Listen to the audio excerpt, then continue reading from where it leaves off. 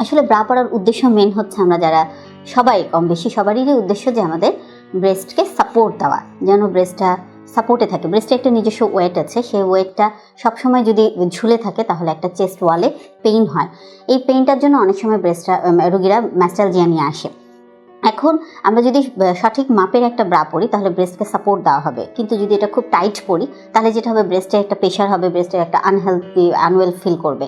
আবার যদি আমরা ব্রেস্টকে যদি ঠিক মতন সাইজের ব্রা না পরি, বড় লুজ পরি, তাহলে হবে কি ব্রেস্টটা ঝুলে থাকবে এবং চেস্টে পেইন হবে।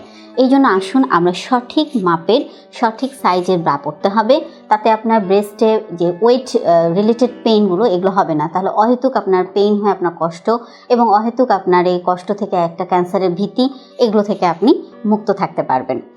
1000-এরও বেশি ক্লায়েন্ট কমফোর্ট লাইফ লিড করছে আমাদের বিশ্বাস করে।